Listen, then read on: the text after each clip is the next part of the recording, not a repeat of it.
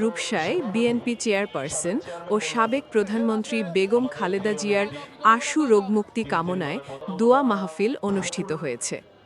বিকালে রূপসা উপজেলার সেনহাটি বাজারে আয়োজিত এ দোয়া মাহফিলে প্রধান অতিথি হিসাবে উপস্থিত ছিলেন বিএনপির তথ্য বিষয়ক সম্পাদক আজিজুল বারী হেলাল।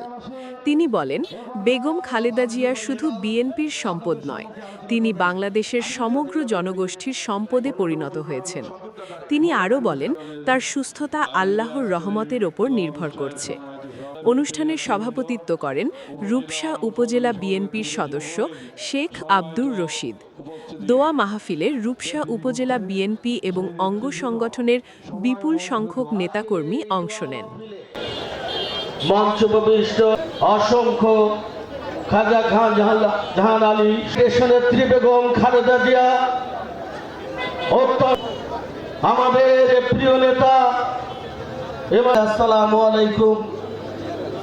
আজকে আমরা যে বাংলাদেশের সর্বোচ্চ একটি আজকে আপনারা জানেন মাদ্রাসা, মন্দির, গির্জায় তার জন্য রাস্তাঘাটে মানুষ যার জন্য দোয়া করছেন অবস্থায় আছে। খোঁজ নিতে গিয়েছিলাম, যখন তিনি কখনো প্রতিহিংসা পরায়ণ হননি, যাকে সেই ফ্যাসিস্টদের বিরুদ্ধেও তিনি কখনো বসে তার প্রতিপক্ষদেরকে স্নেহে আজকে আমাদের এই মাটির প্রিয় সন্তান অচিরেই সুস্থ হয়ে আমাদের মাঝে ফিরে আসবে।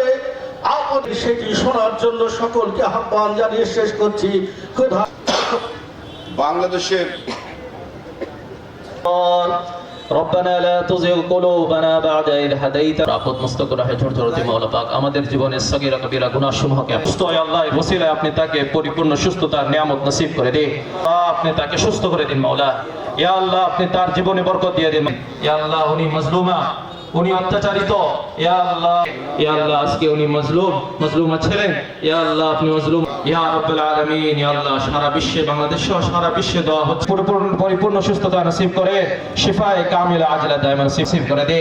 রব্বি গফির ওয়ারহাম ওয়া আনতা খায়রুর রাহিমিন। রব্বানা সাহবি আজমাইন বিরহমাতিকা ইয়া আরহামার রাহিমিন।